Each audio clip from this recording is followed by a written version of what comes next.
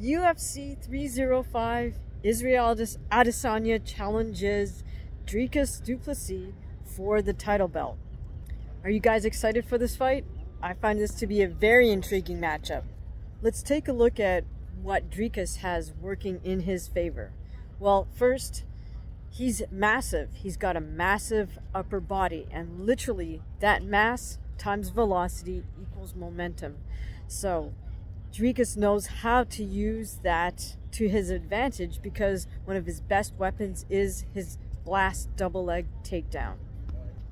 So when you have a collision between two objects and one has the greater momentum, it's going to drive that other object back. And that's exactly what DuPlessis does with his blast double. He drives his opponents right into the cage, where he then again imposes his greater mass on top of them and tires them out simply by forcing them to carry his mass. And then of course he inflicts damage with his punches. So even if DuPlessis does not get the sub once he's taken his opponent down or is dominating them on the cage, he still wears them out. Take a look at his win over Darren Till. He really drained Darren in that first round, simply by forcing Darren to carry all his weight and then inflicting strikes to Darren's head. That seemed to go on for minutes. Now, another technical aspect of DuPlessis that works in his favor to set up his double leg takedown is the fact that he switches stances constantly. Now, normally I don't really like it when fighters just switch their feet stance right underneath their torso without moving. In other words, I prefer it when fighters switch stances as they're cutting to an angle or after from throwing a kick. But because DuPlessis does his little stance switch so frequently, it really does disguise his intent to shoot in for a takedown.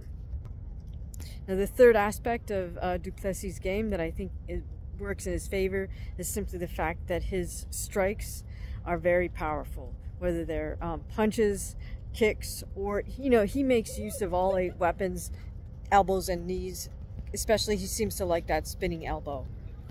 Now, there's a flip side to all of these positive points, and one of them is, in spite of his powerful strikes, DuPlessis doesn't always put them together in combinations, which is what's needed against a skillful fighter, an experienced fighter like Israel Adesanya. For somebody who's got a lot of experience, you really need to set up your strikes well. It's not likely that you're going to just simply land one strike if you only throw one strike at a time. It's almost imperative to throw combinations.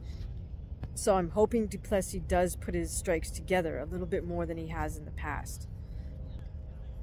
Now, the second sort of flip side to what I said were pluses, well, that mass that he has, that upper body mass, those muscles require a lot of blood because we need the blood to deliver the oxygen to those muscles.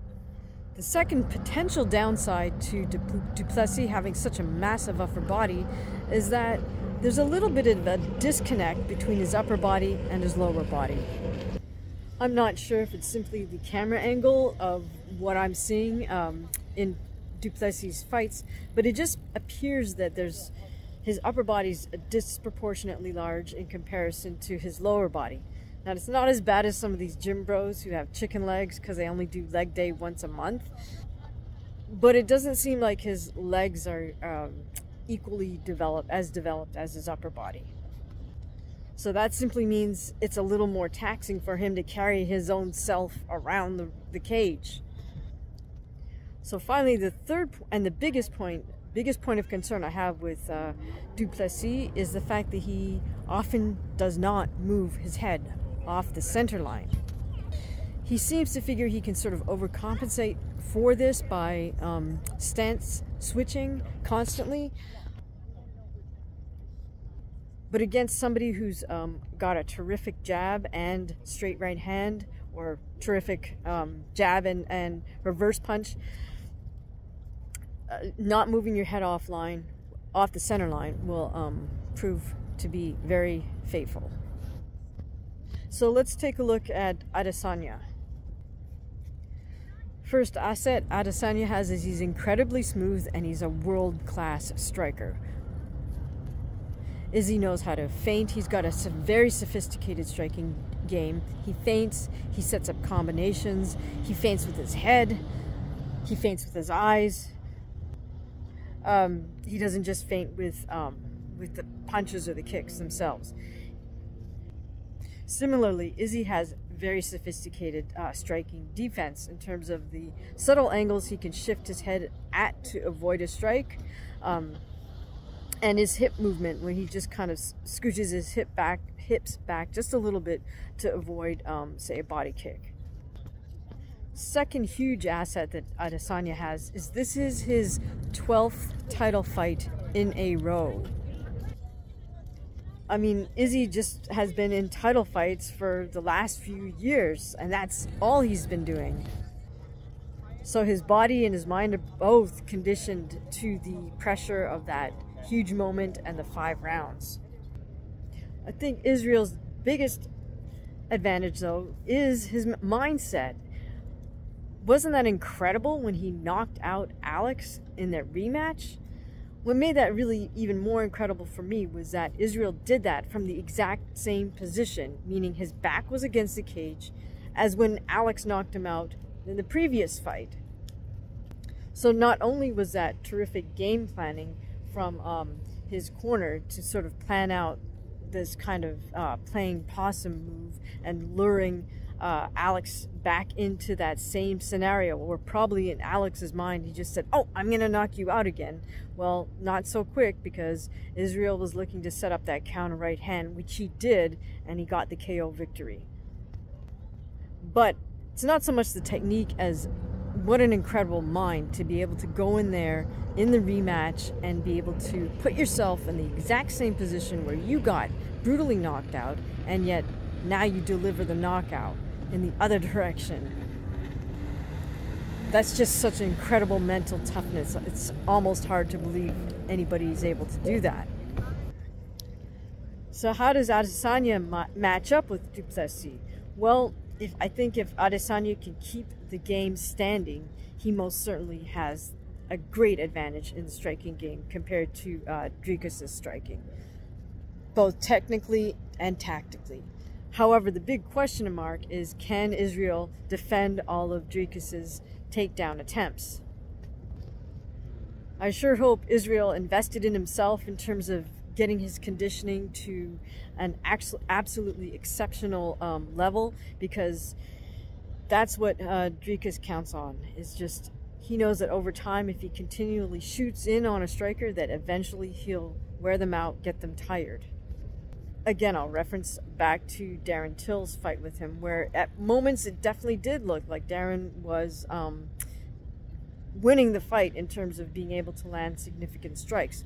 But eventually, Dricus was just able to finally take him down and finish him off with a rear naked choke. Similarly with Strickland, DuPlessis was able to apply enough sort of forward pressure and constant pressure that Strickland just wasn't able to rally enough volume and eke out a decision. The biggest question mark for me is, which Israel Adesanya do we see stepping into the cage? Will it be the super sharp focused, the super motivated, and the super in shape Israel? Or will it be the sort of showboaty, superstar, anime type entertainer who's a little bit distracted? Well, I do hope we see Adesanya at his absolute best when he steps in the cage versus Dricus.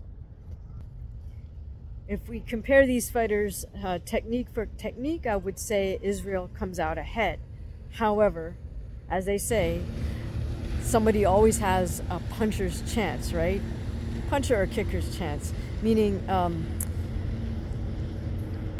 Dricus has such powerful strikes that he can really wear somebody down with just one strike. He doesn't have superb placement and timing, but he has power. So who do you guys have winning this fight? Do you think it goes the distance? Let me know what you think in the comments below. Hey, if you enjoyed this breakdown, please make sure you subscribe, share this video with your friends, and feel free to scroll over to the right and leave a super thanks, or head over to buymeacoffee.com and purchase a coffee. If you'd like early access to our content and priority in terms of replies, please consider joining our member side. Thanks again for listening, and we'll see you after the fights.